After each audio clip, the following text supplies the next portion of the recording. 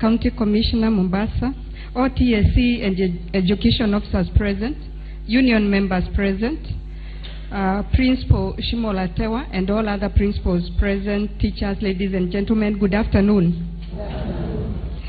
Let me start by thanking our Cabinet Secretary for Education, Science and Technology, Dr. Fred Matiang'i, for providing leadership to the entire education sector during the short period he has been at the ministry. In particular, I wish to most sincerely thank the Cabinet Secretary for mobilizing all of us to candidly address past shortcomings in the national examination processes. Due to our collective efforts, we were able to deliver credible KCSE examinations. I also wish to acknowledge the key role played by the NEC chairman, Professor George Magoha. Although Professor Magoha joined the NEC only 7 months before the 2016 national examinations, he led us with so much ease, enthusiasm, energy and focus, such that you'd think he had been at the Examinations Council for his entire working life. Please let us clap for these two gentlemen. He tells us at the council that he is a surgeon, but I think he has become a better educationist than the rest of us who have been there for years. Crucially, it was as a result of our different but complementary roles, whether in the Ministry of Education, Ministry of ICT, security agencies, Teacher Service Commission, NEC, that we managed to deliver an examination we are all proud of. No doubt it was as a result of teamwork.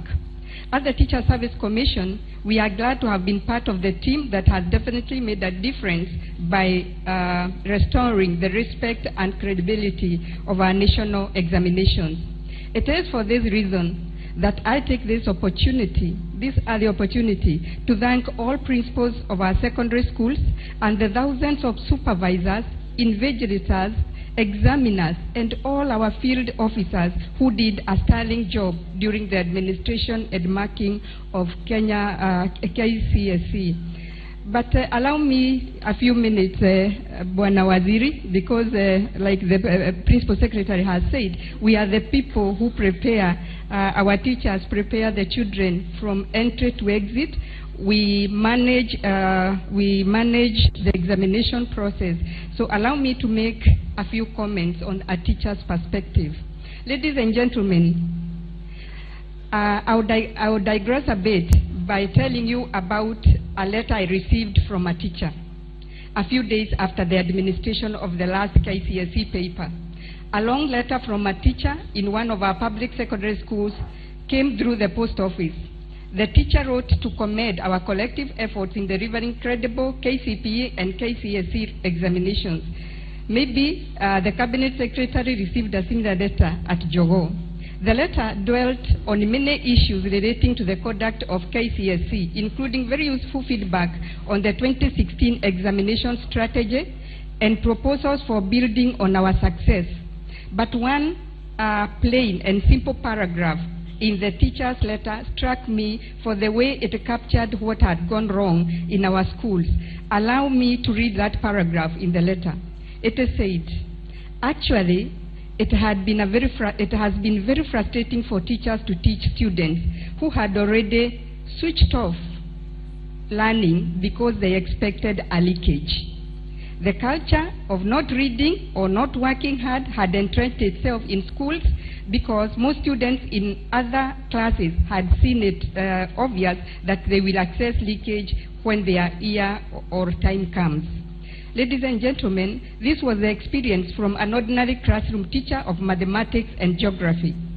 This letter from a teacher in an ordinary mixed-day school in our country captured the frustrations of most of our teachers, head teachers, and principals.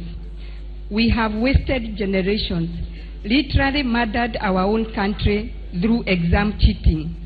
Look at the many educated young graduates without critical and analytical skills who can't even express or even write fluently.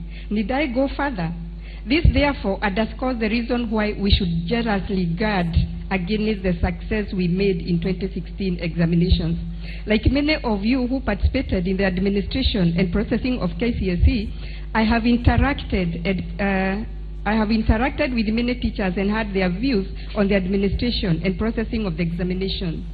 Most have been unanimous that the changes that have been made were inevitable and long overdue. As a matter of fact, most of the teachers and head teachers and principals confessed that examination results whose integrity is wanting hurt them most.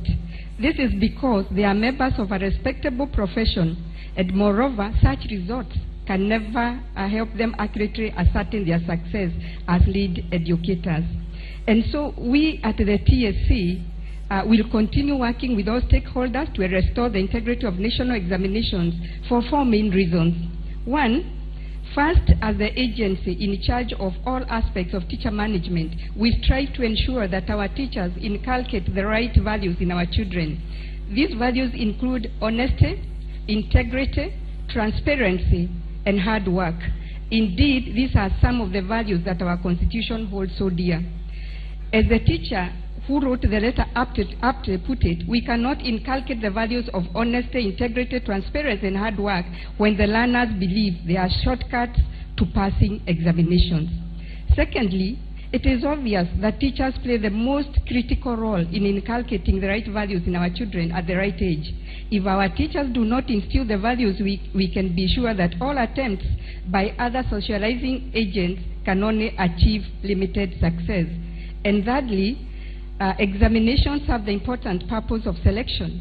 If we select the wrong people to study medicine, teaching, engineering, law, and so on, then we will most likely end up with doctors, teachers, and so on, who have no professional integrity and ethics. It pains me to even imagine that probably some of our teachers are products of the same fraudulent practice, and most likely that's why they have no qualms inculcating the same to their students. These are some of the issues we shall be sorting out as we reform the teaching service. Some painful decisions will have to be made, and they will be made, including issues touching on supervision in the field, because Kenyans are asking for accountability from all of us. Fourthly, the TSC has a very big stake in the integrity and credibility of examinations. It is a fact that we regularly make important teacher management decisions on the basis of national examinations, like promotions, deployments, and so on. It is therefore in our own interest as a teacher's employer to have results that have credibility. That is why we will render unequivocal support to all efforts directed at institutionalizing integrity in the country's examinations. And ladies and gentlemen, as I conclude, I want to once again underscore the credibility of integrity and credibility of results. I'm certain that the 2016 results meet the desired threshold of integrity and credibility, which I'm proud to be associated with. I'm really excited that we shall be issuing quality certificates that will open doors to our children globally without them being forced to sit re-entry examinations elsewhere. Consequently, the Commission will analyze the results and make certain decisions on the basis of individual schools' scores. These decisions include career progression and deployments in the teaching service, especially touching on the performance appraisal, performance contract, and more so as we progress teachers in as per the CBA that we recently signed. Those who in the past thrived by adulterating our school system must also be ready to suffer consequences now and in future. It is proved that some principals and teachers benefited from, if it is proved that some principals and teachers benefited from fraudulent results, there will be need to correct this situation, and it will be corrected. It will be no longer business as usual. We must be alive to the fact that our country will stand or fall on the basis of integrity of examinations and our school system. Finally, as a member of the Kenya National Examinations Council, I represent the TS there. I wish to restate the Teacher Service Commission to reforms in the education sector. In view of this, and in line with the Code of Regulations for Teachers that assigns head teachers and principals the role of lead educators, they will continue playing a key role in the management of the examination process going forward. And with these remarks, I wish to thank you very much indeed for listening to me.